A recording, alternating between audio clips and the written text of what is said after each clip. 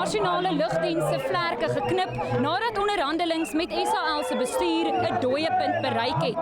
NUMSA en SACA eis 'n 8% salarisverhoging en dat beplande afleggings en die uitkontraktering van werkers gestaak word. Selfs nadat die kommissie vir bemiddeling, versoening en arbitrasie gister ingegryp het, kon die partye steeds nie 'n ooreenkoms bereik nie. Die vakbonde dreig nou om die staking te verskerp en praat glo reeds met ander lugvaartmaatskappye om die hele bedryf lam te lê. This is a fight for survival for all workers in aviation.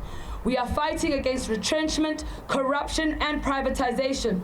We call on all our members in these companies to join in solidarity because the changes at South African Airways will be affecting them too.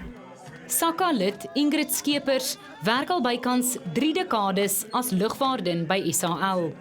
Ons is vandag nie net hierso om te vra vir 'n salarisverhoging nie. Ons is hierso om aandag te vestig op die situasie by die lugdiens.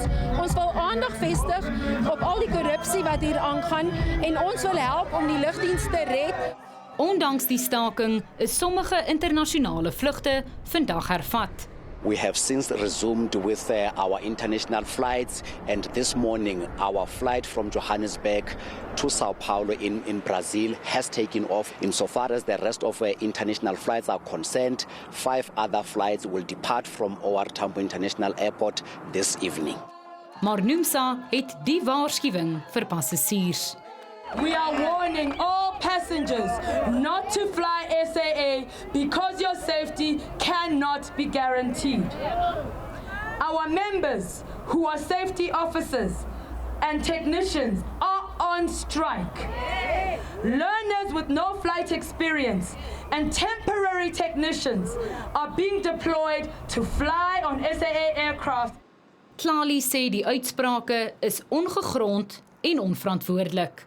We would not do anything that would put at risk the lives of our passengers as well as our crew. We would like to emphasize that the crew that is operating is both qualified and competent to operate our flights. Intussen word gestrande SAL-passasiers steeds geakkommodeer deur ander lugdienste soos Mango, wat 20 bykomende vlugte vir môre beskikbaar gestel het. Mia Spies, E-nuus, Kempton Park.